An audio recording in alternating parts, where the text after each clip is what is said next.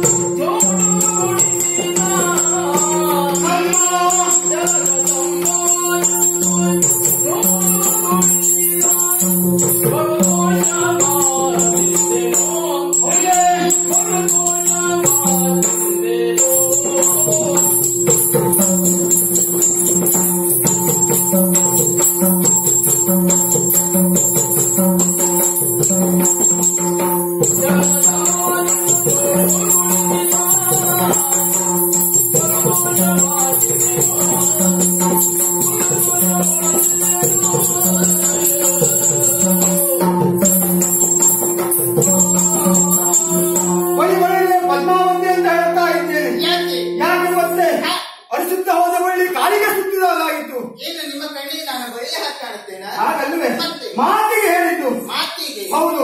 ಬಳಿ ಬಳಿ ಅಂತ ಹೇಳ್ತಾ ಇದ್ದೇನೆ. ಆ ಜಲದ ಸಂಭವ ನನ್ನ ನಿನ್ನನ್ನ ಹೌದೇ, ಅದಕ್ಕಾಗಿ ಹೇಳ್ತಾ ಇರುವುದು.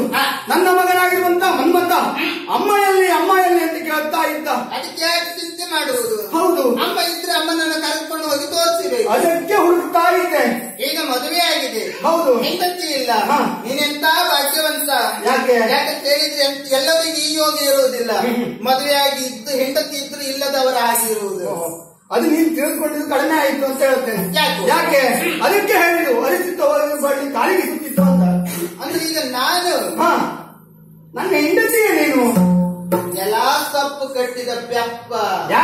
ಯಾಕಂತ ಹೇಳಿದ್ರೆ ನೀನು ಒಳ್ಳೆ ಕಾಡು ಕಿರಾತ ಇದ್ದೀಯ, ನಾನು ರಾಜಕುಮಾರಿ. ನನಗೂ ನಿನಗೂ ಜೋಡಿ ಆಗ್ತದೇನಾ? ಆಗುವುದೇ ಅಲ್ಲ. ನಿನಗೂ ಮದುವೆ ಅಲ್ಲ. ಆ ಬ್ರಹ್ಮ ನನಗಾಗಿ ನಿನ್ನನ್ನು ಸೃಷ್ಟಿ ಮಾಡಿದ್ದಾನೆ. ಬ್ರಹ್ಮ ಸೃಷ್ಟಿ ಮಾಡೋದಲ್ಲ, ನಿನ್ನ ಬೆನ್ನಿ ಬೇರಿ ನಾನು ಮಾಡ್ತೇನೆ. ಯಾಕೆ? ಮರ್ಯಾದೆಯಿಂದ ಹೋದ್ರೆ ಒಳ್ಳೇದಾಯ್ತು, ಇಲ್ಲದೆ ಹೋದ್ರೆ ಇಷ್ಟು ಮುಟ್ಟುದನ್ನ ಎದುರು ನಿನ್ನ ಮಾನ ಮರ್ಯಾದೆ ಕಳಿತೇನೆ. ಒಂದು ಮನಸ್ಸು ಮಾಡಿ ಒಂದು ಮನಸ್ಸು ಮಾಡುವುದಲ್ಲ, ಮನಸ್ಸು ಮಾಡುವುದಲ್ಲ, ಮನಸ್ಸು ಮೂಡಬೇಕು. ಮೂಡಿಸು ಅದು ನಿನ್ನನ್ನು ಕಂಡಾಗ ಮೂಡುವ ಮನಸ್ಸಿನುವುದು ಮುದುಡಿ ಹೋಗ್ತದೆ. ಯಾಕೆ ಮರ್ಯಾದೆಯಿಂದ ಹೋಗ್ತಿಲ್ಲ ಇಲ್ಲಿಂದ. ಬರ್ತೀಯ ಇದು ಹೋಗ್ತಿಲ್ವಾ?